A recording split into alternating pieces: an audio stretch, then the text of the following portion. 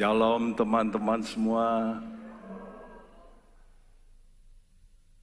Kita bisa kuat karena kebersamaan. Ingat, menjadi orang percaya jangan lonely, jangan sendirian. Pasti nanti akan mengalami keruntuhan. Ya, kita mesti kuat oleh karena kebersamaan. Ini penting sekali. Saudara melihat dalam hidup ini, fakta juga berbicara bahwa orang itu harus bersama-sama baru bisa menjadi kuat. Ya, sudah melihat gambar ini, ya, Tuhan itu mempunyai jemaat yang terdiri dari bermacam-macam suku, bermacam-macam manusia. Itu sama dengan yang saudara lihat sekarang ini di gambar inset sebelah kiri bawah. Di situ ada besi. Tapi kalau cuma besi, besi itu kuat. Tapi kalau besi hanya besi, dia bisa berkarat. Nah, dia mesti blend, campur dengan semen, dengan pasir. Apa artinya pasir? Kecil-kecil. Nah, itulah di gereja juga begitu. Ada orang yang sederhana, kecil-kecil, tapi sebenarnya itu pengikat yang luar biasa. Coba saya lihat pendoa-pendoa di gereja manapun. Apakah orang-orang yang kaya raya sebagai pendoa? No. Orang kecil-kecil. Justru di situ kekuatan. Ya, ada pasir, ada kerikil. Nah, kerikil itu kalau sudah kena kerikil, aduh nggak enak ya. Di gereja juga ya. Orang-orang yang membuat saudara rasanya kok digoyah terus. Ya, itu lobster kalau dikirim ke luar negeri itu mesti dikasih ikan hiu. Supaya apa? Supaya jangan diam. Ternyata oleh karena diam banyak yang mati. Tapi dikasih ikan hiu kecil, jadi dia takut, goyang terus. Akhirnya jadi kuat. Nah, di gereja juga ada orang-orang seperti batu-batu kerikil. Terimalah mereka menjadi kekuatanmu. Ya, jadi ada besi bagus, kuat, batu kuat, pasir apa artinya? Nggak kuat. Tapi dengan semen, wah ini ada orang-orang di gereja yang menjadi pengikat. Ya, yang suka punya hubungan yang baik. Ya, nah ini menjadi pengikat. Apalagi kalau namanya pelayan-pelayan Tuhan itu, ya, cell leader itu mesti pengikat. Ya, lalu kurang satu, apa? Air. Tanpa air tidak bisa menjadi beton. Harus dikasih air. Dan air inilah yang bisa masuk ke segala lini sampai menyentuh semua. Begitu juga kalau kita hidup bersama dengan kekuatan dari Roh Kudus, maka terjadi kekuatan yang luar biasa. Amin. Karena itu, kalau Anda mau begitu, Anda sekarang mesti mau ditempatkan Tuhan pada posisimu. Aneh ya, dalam dunia ini ada orang kaya, ada orang miskin, ada yang pandai, ada yang bodoh. Ya, coba kalau semua pandai-pandai, mana ada kuli-kuli? Gak mau jadi kuli, betul? Nah, kalau nggak ada kuli, mana ada bangunan begini? Nggak ada. Jadi Tuhan itu set up bermacam-macam. Ya, maukah kita ditempatkan pada posisi kita berserah total padanya. Nah, inilah tema khotbah hari ini. Berserah total padanya, roh, jiwa, dan tubuhmu. Anda mesti berserah pada Tuhan, dan Tuhan kita itu disebut Tuhan semesta alam. The Lord of hosts. Tuhan pasukan malaikat. Nah, ini kita mesti percaya, Tuhan kita, Tuhan yang punya pasukan malaikat. Makin saudara mengikuti kehendak Tuhan, malaikat Tuhan makin mendampingi Anda lebih banyak. Yakin itu. Ini yang membuat saya lepas dari roh ketakutan. Karena saya yakin, malaikat Tuhan menyertai. Dan Tuhan tambahi dengan malaikat yang lebih kuat, dan jumlah yang lebih banyak. Ya, Yakob itu disertai 2 pasukan malaikat. 2 pasukan. Kalau pasukan itu paling kecil, peleton 12. Tuhan Yesus disertai berapa? Waktu dia mau ditangkap, dia berkata, aku bisa minta pada Bapa untuk mengirim 12 legion malaikat. 1 legion itu 6.000. Kalau 12, 72.000 malaikat bisa mengelilingi Tuhan Yesus. Karena itu dalam hidup saudaraku, jangan saudara minder. Saudara percaya menjadi orang percaya itu, saudara akan disertai malaikat-malaikat Tuhan. Makin saudara cinta Tuhan, makin Tuhan tambahi dengan malaikat yang rankingnya lebih tinggi. Ya, karena itu tujuan khotbah ini, saudara belajar menerima penempatan Tuhan. Mungkin Anda berkata, kenapa ya saya lahir kok jadi orang miskin?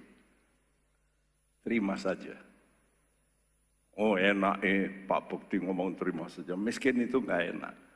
Ada untungnya orang miskin. Kenapa? Orang miskin itu hatinya pasti lebih rendah. Orang kaya sulit. Makanya Tuhan berkata apa?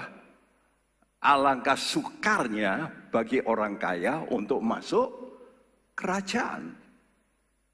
Nah, saudara mau pilih mana? Miskin apa kaya? Ya, saudaraku, ada orang kuat, ada orang lemah. Orang lemah biasanya selalu ngalah. Orang kuat tidak mau ngalah. Benar. Ini fakta hidup. Jadi dalam hidup ini Tuhan ciptakan manusia. Ada yang kuat, ada yang lemah, ada yang kaya, ada yang miskin, ada yang bodoh, ada yang pandai. Ada pria, ada wanita. Saudara mau yang mana? Wah, sekarang ini di dunia berkata, saya nggak mau, nanti saya milih sendiri. Lahirnya sudah pria, dilarang sekarang di luar negeri untuk telah lahir putra kami gitu ya. Nanti biarkan dia nanti menentukan jenisnya setelah umur sekian. Loh, pada laki. Ini fakta loh. Jadi manusia ini kadang-kadang tidak mau menerima penempatan Tuhan. Berontak. Saya beri tulisan di bawahku. Anda sedang diuji dalam posisimu. Siapa saja. Baik yang kaya diuji. Bagaimana pakai uangnya. Ingat, semua kekayaanmu dari mana? Dari Tuhan. Coba dipikir. Bumi kita ini isinya apa? Kekayaan. Saudara lahir dengan apa? 0. Betul? Telanjang semua. Bawa benang 1 untuk jahit. Gak ada. Jadi semua yang saudara peroleh itu dari Tuhan. Karena itu Tuhan kata, bumi itu kepunyaan Tuhan. Nah kalau bumi ini kepunyaan Tuhan, saudara pakai kacamata juga dari bumi. Ya, saudara pakai keramik juga dari bumi. Saudara pakai baju dari bumi. Semua. Kita mesti akui. Jadi kita ini sedang diuji dalam posisi kita. Sebagai laki, sebagai perempuan, sebagai orang kaya, sebagai orang miskin. Apakah kita bisa tunduk kepada otoritas? Itu kuncinya. Ya. Jadi orang kaya pun harus tunduk pada orang otoritas. Pria pun harus tunduk pada otoritas. Jangan cuma wanita tunduk sama suami. Tapi pria juga. Ya. Karena itu institusi yang pertama yang dibangun oleh Allah itu pernikahan. Mengapa begitu? Jadi sebagai contoh tentang otoritas. Supaya dua ini suami dan istri bisa gandeng bersama menjadi kuat. Seperti tadi semen, pasir, batu, ya lalu besi bisa menjadi satu supaya menjadi kuat. Untuk apa? Menghadapi setan. Karena waktu Tuhan ciptakan dunia ini maka setan merusak. Kenapa merusak? Karena setan tahu dunia diciptakan untuk manusia. Dan waktu Tuhan berkata manusia ini nanti akan memerintah semua makhluk. Malaikat berkata termasuk kami. Ya. Wah. Setan itu dulu malaikat. Dia timbul iri hati. Dia merusak bumi ini. Juga merusak manusia. Kenapa? Karena dia tidak mau tunduk pada otoritas. Dia diciptakan sebagai malaikat yang nantinya harus tunduk kepada manusia. Gak mau dia. Jadi syarat bagi semua orang harus belajar mau diatur Tuhan dalam kebersamaan. Dalam keluarga bersama. Dalam pekerjaan bos, karyawan. Betul nggak? Harus bersama. Dalam kongsi bersama. Saudara lihat, pokok masalahnya apa toh? Saya tuliskan di sini, maukah kita merendahkan diri? Ini kunci. Ingat ya, kita diberi posisi apapun sifatnya sementara.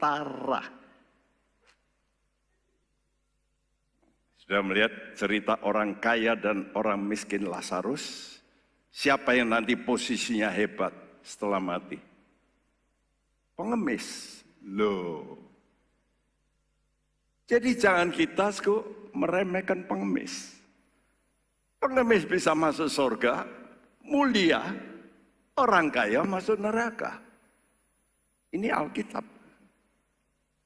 Jadi ingat-ingat, posisi yang kita miliki sekarang di bumi ini sementara. 1 Korintus 11 ayat 3. Tetapi aku mau supaya kamu mengetahui hal ini, yaitu kepala dari tiap-tiap laki-laki ialah Kristus, kepala dari perempuan ialah laki-laki, dan kepala dari Kristus ialah Allah. Ya, saudaraku, karena otoritasnya penting sekali. Karena kalau otoritas dilanggar, maka kacau. Coba di Indonesia ini, ya sudah dipegang baik, tapi tidak mau otoritas yang baik. Aneh ya, Tuhan itu kan baik. Tapi ternyata manusia juga nggak mau tunduk sama Tuhan. Padahal Tuhan itu jelas ngatur baik. Ya, saudaraku, jadi dikatakan kepala tiap laki-laki itu Kristus. Jadi laki-laki engkau juga harus tunduk pada Kristus. Istri tunduk sama laki-laki. Ya, Kristus tunduk pada Allah Bapa. Nah, Tuhan kasih contoh. Ya, Yesus itu dia sebagai Allah sama dengan Allah Bapa, tapi waktu diutus ke bumi jadi manusia, dia tidak berkata, kok aku? Ya kamu toh Bapak jadi manusia. Enggak sih, dia mau nurut. Karena itu kita sekarang memuji siapa sih? Yesus. Ya, 1 Korintus 11 ayat 8-10. Sebab laki-laki tidak berasal dari perempuan, tetapi perempuan berasal dari laki-laki. Dan laki-laki tidak diciptakan karena perempuan, tetapi perempuan diciptakan karena laki-laki. Sebab itu perempuan harus memakai tanda wibawa di kepalanya oleh karena para malaikat. Ya, sebab itu perempuan harus pakai tanda wibawa. Karena itu kalau saudara ke luar negeri, ke gereja baptis, ya, Southern Baptist, semua wanita kalau di gereja mesti pakai topi. Ya, itu tanda wibawa. Nah, tanda wibawa ini dalam bahasa aslinya exousia. Itu artinya kuasa, otoritas. Jadi wanita harus pakai tanda di kepalamu ini ada otoritas. Karena yang bikin masalah ini kepala kita ini. Ini bukan berarti lalu laki-laki bebas. Laki-laki tadi dikatakan, ingat, di kepalamu ada Kristus. Awas, jangan seenaknya sendiri sama istrimu. Lakukan perintah Tuhan.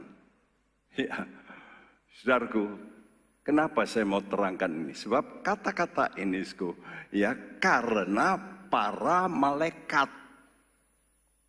Kenapa kok begitu? Nah, ada dua kelompok malaikat.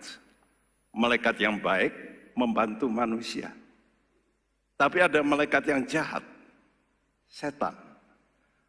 Malaikat yang jahat ini sepertiga dari jajaran malaikat. Malaikat yang baik 2/3, jadi lebih banyak. Jangan takut, pasti menang. Dan ada Tuhan. Wah, pasti kalah si setan. Ya, jadi malaikat-malaikat jahat ini yang disebut setan, iblis, ini mengacaukan hidup manusia.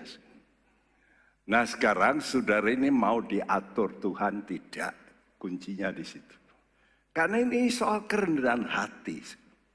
Ya, kalau kita mau diatur oleh Tuhan, maka tangan Tuhan yang mengatur Anda, itu tangan juga akan diulurkan untuk menolong Anda. Jadi kalau Anda menemui kesulitan dalam pengaturan otoritas Tuhan, nanti tangan Tuhan yang kerja. Tapi kamu ikuti terus. Makanya Tuhan kata, istri tunduk pada suamimu. Ya. Dan biarlah dengan kelakuanmu menunjukkan kepada suamimu. Kalau suaminya enggak mau, Tuhan yang jewer. Nah, gitu loh. Karena ada otoritas di atasnya. Ya, karena itu dalam surah Ibrani 1 ayat 14 dikatakan, bukankah mereka semua yaitu para malaikat itu roh-roh. Kita nggak lihat, tapi spirit, nyata ini. Mana kadang-kadang saudara, kalau nggak mau percaya roh, coba pergi ke kuburan tengah malam. Gimana rasanya? Mau coba? Pasti merinding. Di situ banyak roh. Roh yang nggak baik. Ya, saudaraku. Jadi jangan saya pikir nggak ada roh itu. Roh itu ada. Karena itu orang bisa senang itu karena malaikat-malaikat mendampingi. Karena itu saudara kalau suka memuji Tuhan, malaikat Tuhan itu hadir. Maka hatimu juga bisa bergembira. Karena itu mari, kalau datang pujilah Tuhan. Supaya malaikat Tuhan itu kan hadir. Dulu kami undang seorang pemimpin pujian yang ngatur ya pujian dan ngatur dancer di Malaysia yang cukup besar. Waktu mengadakan seminar di tempat ini, waktu itu dia berkata, aduh aku merasakan, aku melihat malaikat-malaikat begitu banyak di gereja ini. Kenapa? Ya karena memuji Tuhan. Nah kalau malaikat itu bekerja, luar biasa. Petrus diikat, dirantai, ditepuk sama malaikat, copot semua. Makanya dalam hidup saudara, Anda mungkin punya beban yang berat. Coba belajar memuji Tuhan. Bebanmu copot. Dulu ada seorang datang, istrinya berkata, Pak Bekti doakan, ini suamiku baru pertama kali datang ke sini. Dia ini, wah stres. Loh, kenapa stres? Ya waktu itu kan pajak. Ya, diuber-uber pajak. Wah dia stres. Saya bilangin, mau lepas? Mau. Coba belajar kalau nyanyi gembor. Betul yang... dengan segenap kekuatanmu. Tadi sudah melihat anak kecil di sini. Waduh kalau nyanyi, waktu Tuhan Yesus masuk Yerusalem, siapa yang bersorak-sorak? Anak-anak kecil. Orang-orang berkata, kamu kasih tahu anak-anak itu. Jangan begitu. Apa kata Tuhan? Kalau anak-anak ini berhenti, batu-batu akan bersorak. Karena itu coba belajar memuliakan Tuhan. Jadi ibadah itu penghormatan kepada Tuhan. Bukan hanya untuk dengar firman, api apa enggak ya, bagus apa enggak khotbahnya. Ibadah itu sudah berikan sesuatu kepada Tuhan. Muliakan Tuhan, pujilah Tuhan. Itu ibadah. Jadi saudara akan menerima uluran tangannya. Kalau saudara mau tunduk sama otoritas. Lukas 22 ayat 42-43. Yesus diperintahkan, diutus Tuhan turun ke bumi untuk apa? Untuk mati. Sebagai penebus. Oleh karena itu dia menawar sama Bapak. Kalau boleh jangan. Ngeri. Lukas 22 ayat 42-43. Ya Bapakku, jikalau engkau mau, ambillah cawan ini daripadaku. Tetapi bukanlah kehendakku, melainkan kehendakmulah yang terjadi. Maka seorang malaikat dari langit menampakkan diri kepadanya untuk memberi kekuatan kepadanya. Ya, ini hanya di Injil Lukas. Injil Lukas adalah Injil doa. Jadi paling banyak bicara doa itu Injil Lukas. Siapa Lukas itu? Lukas itu seorang dokter. Dokter yang menyertai Paulus. Jadi seorang dokter menjadi seorang yang hebat. Pengikut Tuhan. Ya. Wow, saudaraku. Dan dalam ayat ini digandengkan. Ya, kata maka itu berarti kata penghubung. Ya, waktu Yesus berdoa kehendakmu jadilah, maka malaikat dari langit menampakkan diri untuk memberi kekuatan. Saudara mau menerima kekuatan dari Tuhan, harus apa? Melakukan kehendak Tuhan. Kita kepingin disertai Tuhan, disertai malaikat. Tapi maunya sendiri. Oh Tuhan kata, cari bodyguard sendiri. Ya, tapi kalau kita mau melakukan tunduk sama otoritas Bapak, maka malaikat itu akan menguatkan saudara. Ya, sehingga saudara bisa mengatasi masalah. Kita hidup dalam dunia ini penuh dengan masalah. Enggak ada orang tanpa masalah. pasti ada masalah. Ya, bisa nggak mengatasi? Apalagi pandemi ini, banyak yang bunuh diri, iya toh? Waduh, kerjaan hancur. Waduh, mau apa ini? Wis bunuh diri aja. Ya. Negara yang paling banyak bunuh diri, sudah tahu di mana? Korea. Korea, Jepang. Kalau bunuh diri itu bareng-bareng gitu. Saya diceritai dengan keponakan saya yang menjadi dokter, yang belajar di Jepang 3 tahun, dokter kulit yang terkenal di Surabaya.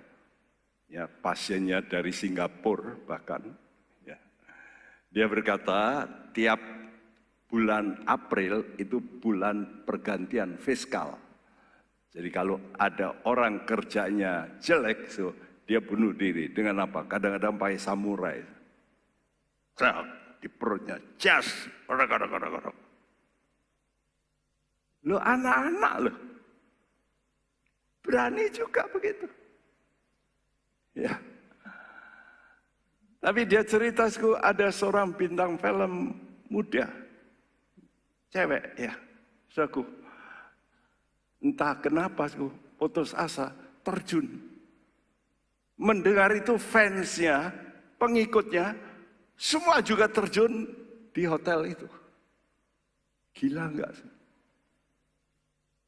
Ini fakta loh. Sahabat, padahal malaikat Tuhan itu mau menatang kita. Kalau kita mengikuti kehendak Allah, nanti saudara dalam problem, dalam masalah ya, mungkin kendaraan, saya berapa banyak kali sudah ditatang malaikat. Kalau enggak, saya mati. Yang fakta istri saya lah, kena bom itu. Dia melemparkan diri loh, dari mobil ke paving itu, nggak ada benjutnya, itu gimana? Pak Edi Gundiono, nanti sudah boleh tanya sama suaminya Ibu Edi pendoa kita. Dia berkata, dia begitu lihat istri saya, dia ngomong sama istrinya, cepat ibu ditolong. Dia berkata, ada orang menatang ibu. Loh, nanti boleh tanya sama Pak Edi Gudiono. Siapa yang menatang? Sampai nggak benjut, sampai nggak luka, sama sekali nggak ada luka. Kalau bukan malaikat siapa? Ya. Jadi mari kita mau eksposisi membaca Pengkhotbah 4 ayat 9 sampai 12 yang berbunyi seperti ini. Berdua lebih baik daripada seorang diri, karena mereka menerima upah yang baik dalam jerih payah mereka. Karena kalau mereka jatuh, yang seorang mengangkat temannya, tetapi wahai orang yang jatuh, yang tidak mempunyai orang lain untuk mengangkatnya. Juga kalau orang tidur berdua, mereka menjadi panas. Tetapi bagaimana seorang saja dapat menjadi panas, dan bila mana seorang dapat dialahkan, 2 orang akan dapat bertahan. Tali 3 lembar tak mudah diputuskan. Berdua lebih baik. Tentunya berdua ini paling dekat suami dan istri. Tapi ini bukan hanya bicara suami dan istri. Ya, karena itu Tuhan kalau ngutus muridnya, dia utus berapa? Berdua-dua. Loh, kenapa berdua? Ya, supaya memenuhi ini. Sama, kalau sudah mau bekerja, sudah kongsi, dan bisa berjalan dengan baik, dahsyat. Tapi kebanyakan kongsi terus pecah. Ributnya soal apa, Bosku? Duit, fulus. Nah, dia pakai, ya tak? Berapa banyak kongsi pecah. Mai kongsinya Pak Andrianus, ya, saudaraku, itu dipimpin oleh bos-bosnya Andrianus dulu. ya beberapa orang, tapi bisa tetap sampai sekarang anaknya tetap, makanya jadi gede. Jadi kalau saudara mau supaya bisa diberkati, saudara mesti kongsi. Kongsi paling bagus ya suami dan istri lah. Ya, itu paling bagus itu. Tapi kan tidak cukup kalau suami dan istri buka toko, toko apa? Bisa bikin toko mega mall? Ya nggak bisa. Kalau warung bisa. Ya tak? Kalau mau punya mall yang besar, mana bisa cuma 2 orang? Ya mesti banyak. Makanya gereja di sini saya minta Pak Yani sebagai partner saya di sini. Sekarang tambah Sundoro, anak saya, ada beberapa saudara kami, Greg, ada Frankie yang sekarang pindah ke Jepara, dan beberapa di sini. Untuk apa? Untuk bisa bersatu ini. Dan ini tidak gampang. Berdua saja sulit kok. Suami istri saja bisa cekcok. Apalagi banyak. Tergantung apa sih? Hati. Mau ndak saling merendahkan diri. Itu kuncinya. Ya. Karena itu saya kasih warna asterisk di sini merah-merah. Kalau engkau bisa kongsi, maka pertama menerima upah yang baik dari jeripaya. Jeripaya loh ya. Jangan enak-enakan. Ya, 2 orang kongsi, yang satu berjeripaya, yang satu enak-enakan. Ya, iri hati. Jadi mesti berjeripaya. Akan menerima apa? Upah. Pertama. Kedua, berdua lebih baik karena apa? Nanti kalau ada yang jatuh, lemah, ada yang ngangkat. Ya toh? Saya mendengar dulu di sini ada Komsel. Anggota Komsel ini ada satu yang mengalami kekacauan keuangan. Waduh, ada Komsel yang berani memberikan bantuan, bukan bantuan, pinjaman lebih dulu. Waduh, dipinjami. Mumbul lagi. Coba kalau nggak ditolong, habis. Betul nggak? Jadi saudara ini mesti punya teman yang bisa dipercaya. Dan Anda mesti jadi orang yang bisa dipercaya. Ya, jadi bisa diangkat. Kedua, ketiga, menjadi panas. Apalagi kalau di hawa dingin. Ya, satu kali ada 2 orang jalan bersama. Satunya pendeta, namanya Sadhu Sundarsih. Satunya seorang profesor, berjalan bersama naik gunung Himalaya. Di tengah jalan ada orang rebah, jatuh. Ya, apa yang terjadi? Pendeta ini, Sadhu Sundarsih, dia ambil orang itu, diangkat. Profesor berkata, gila lu.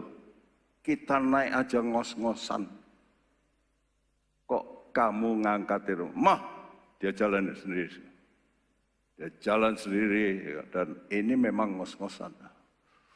Wah, naik terus. Anda tahu, setelah beberapa lama profesor itu geblak jatuh. Kedinginan. Tapi hamba Tuhan ini karena ngos-ngosan panas. Lalu yang diangkat ini sekarang nempel, jadi panas juga. Lalu seger.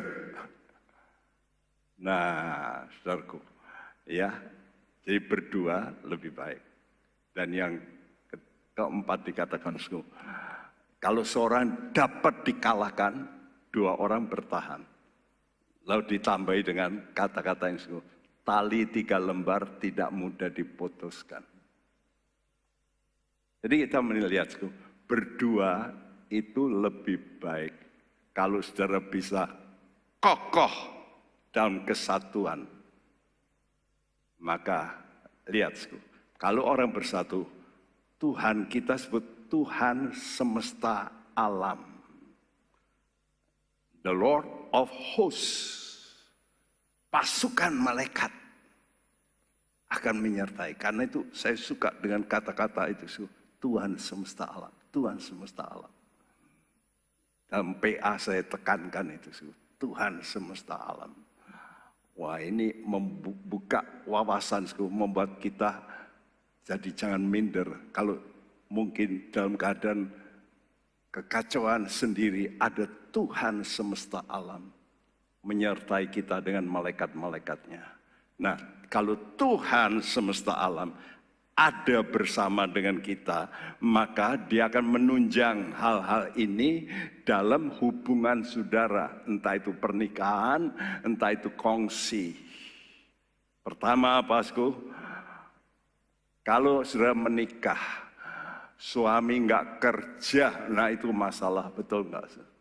Mulai istrinya ngomel, mana uangnya, ribut. Jadi gara-gara apa, Pasku? Tidak ada berkat. Syukur-syukur di tempat kita beberapa suami stroke, istrinya diberkati Tuhan kerja. Pokoknya salah satu, tapi tetap bersama, lalu diberkati Tuhan. Karena itu saudara-saudara di tempat ini coba belilah ya makanan-makanan dari Ibu Sunardi itu, yang suaminya itu orang baik, dia kerja sampai nggak digaji sama majikannya, tetap kerja di situ. Coba kerja nggak digaji, tetap kerja, suka berdoa, iya. Dia kena stroke, tapi istrinya diberkati. Saya harap saudara-saudara, ya belilah makanannya. Ya, daripada beli di warung, makanannya enak. Saudara, jadi ada berkat dalam kesatuan. Kenapa, Sku? Karena Tuhan sendiri bicara dalam Mazmur 133. Alangkah indahnya kalau saudara bersaudara itu rukun. Maka kesanalah Tuhan memerintahkan. Jadi bukan minta berkat. Tuhan perintahkan berkat untuk turun. Dahsyat. Karena itu berdua lebih baik dari seorang diri. Karena mereka akan menerima upah yang baik dari jeripaya. Tapi mesti berjeripaya loh ya. Jangan enak-enakan. Kita di dunia ini harus bekerja, itu perintah Tuhan. Yang tidak mau bekerja, jangan makan. Itu firman Tuhan. Ya. Jadi kalau mau kongsi, ayo jangan enggak kerja. Ya. Saudara juga harus mikirkan kongsi itu. Ya. Lalu yang kedua, ada pertolongan. Saya beri ulangan di bawah, berdua lebih baik daripada seorang diri, karena kalau ada yang jatuh, seorang mengangkat temannya. Tapi why? Orang yang jatuh tidak mempunyai orang lain mengangkat. Ada saatnya, saudara itu bisa lemah. Jangan merasa kuat terus. Ya.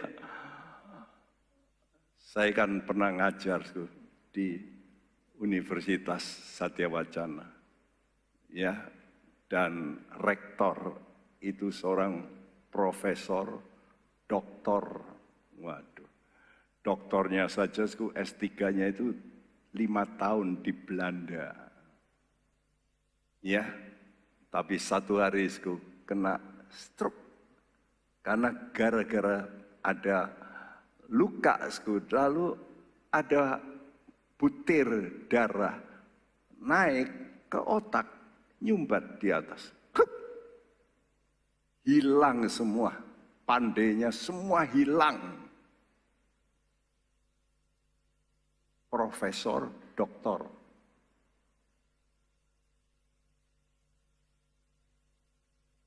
Ingat, manusia lemah. Saudara butuh orang lain membantumu. Ya. Istimewa malaikat Tuhan. Tuhan semesta alam membantu. Ya. Saya 2 kali selip kalau enggak malaikat Tuhan yang pegang mobil saya, habislah. Ya, sama seperti istri saya. Ya. Jadi ada pertolongan dalam kesatuan.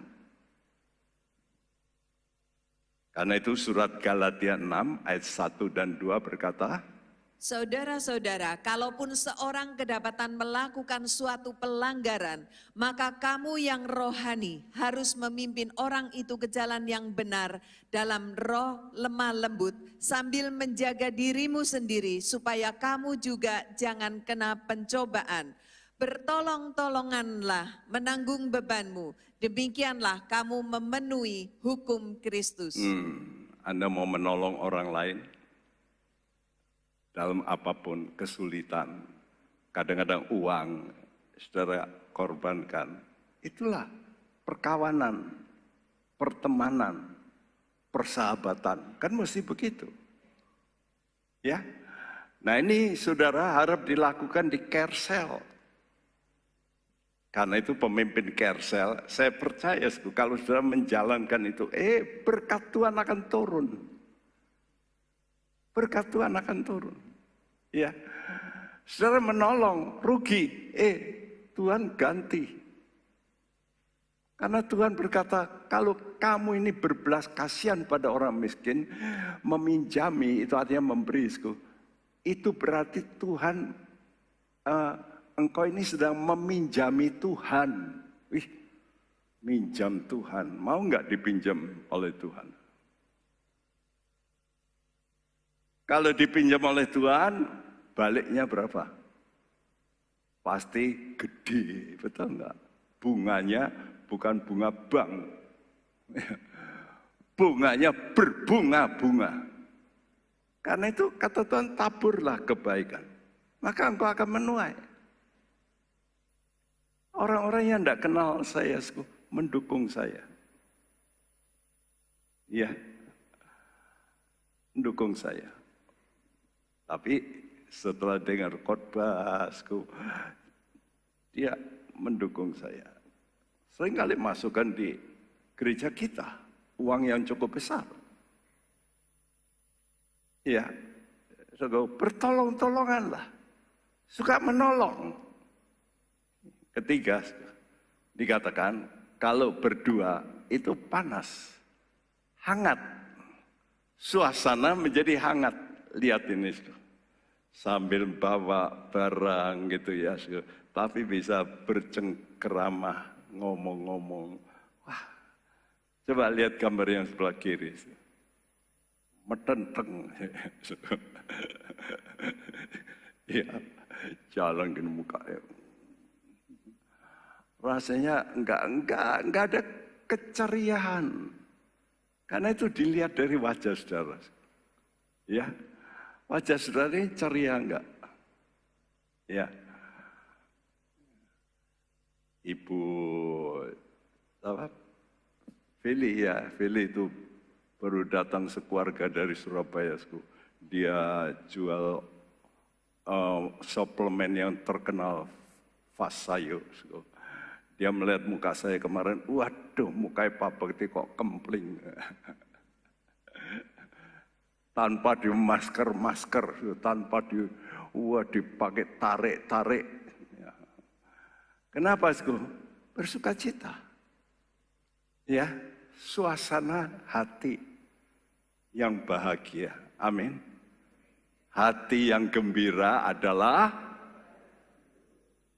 jangan obat yang kalau obatnya nggak manjur kayak apa.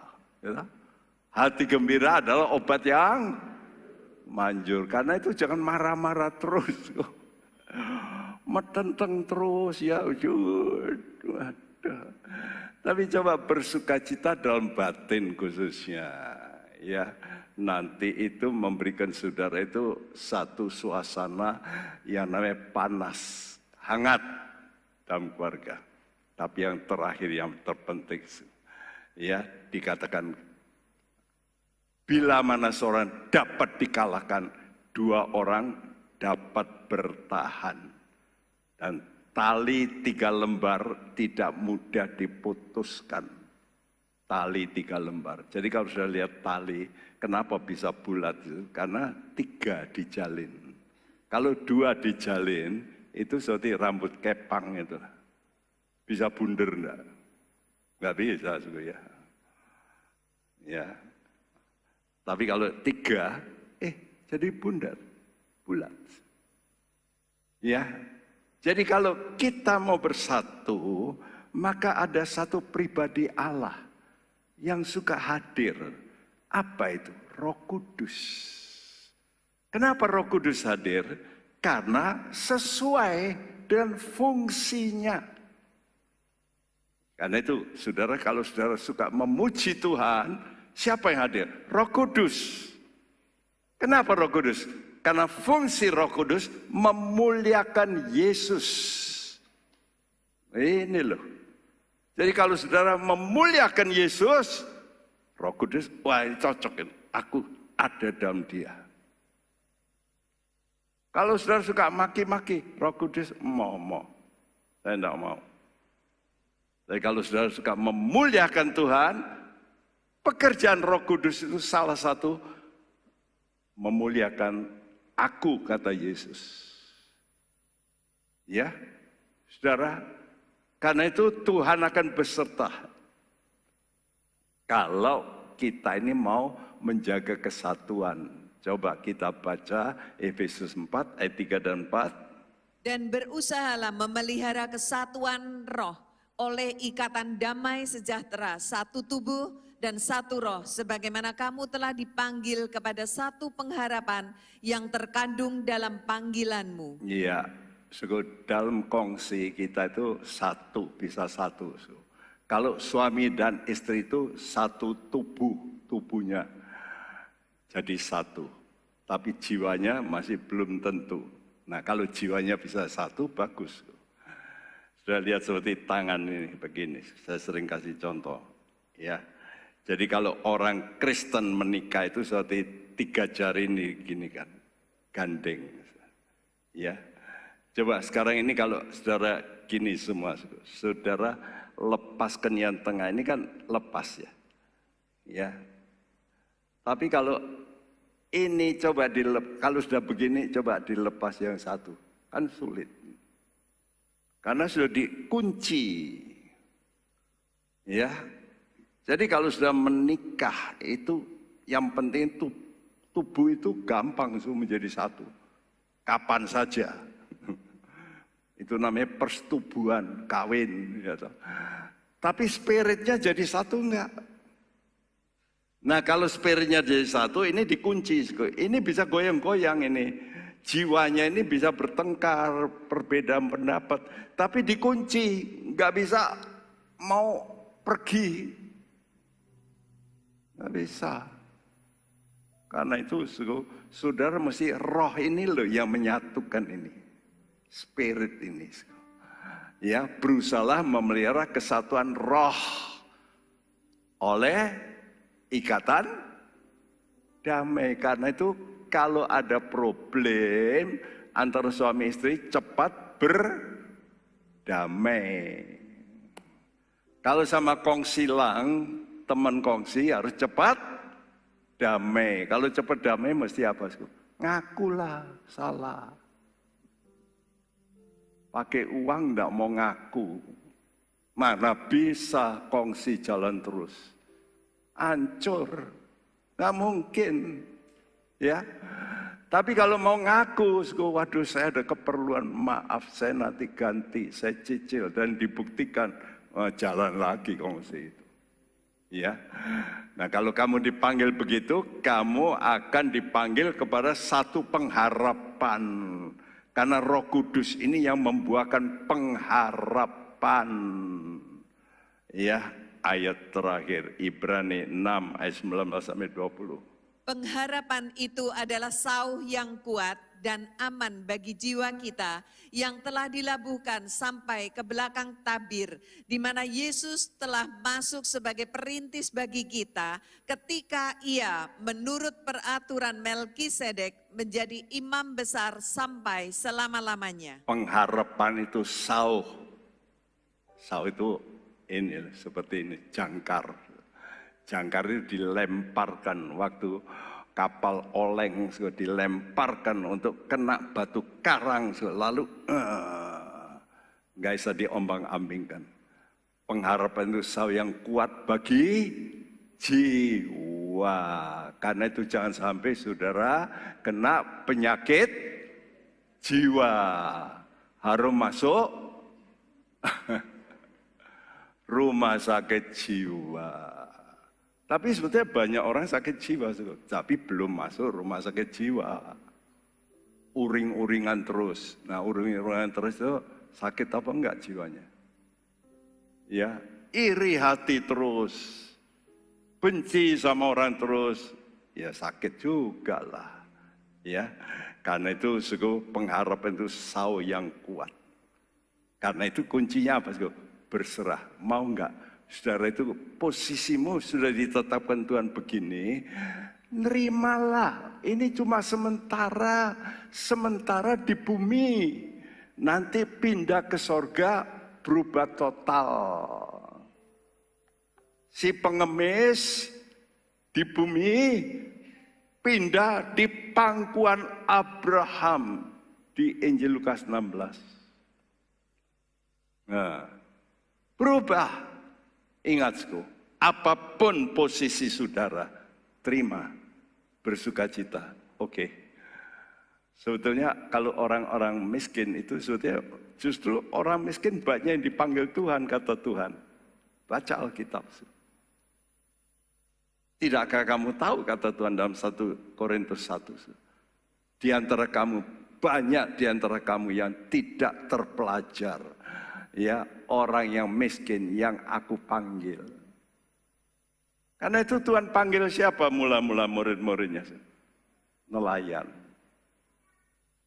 Mau nggak Raja Herodes? Nggak mau. Karena itu mari kita mau berkata, Tuhan, aku mau belajar berserah pada Engkau. Apapun sekarang posisiku, aku nggak pedulikan. Tapi nanti posisi saudara bisa naik di muka bumi. Kalau saudara mau dekat dengan Tuhan, Tuhan nanti akan berkati, Tuhan beri kekuatan, naik posisi. Dan nanti kemudian hari kekal di sorga.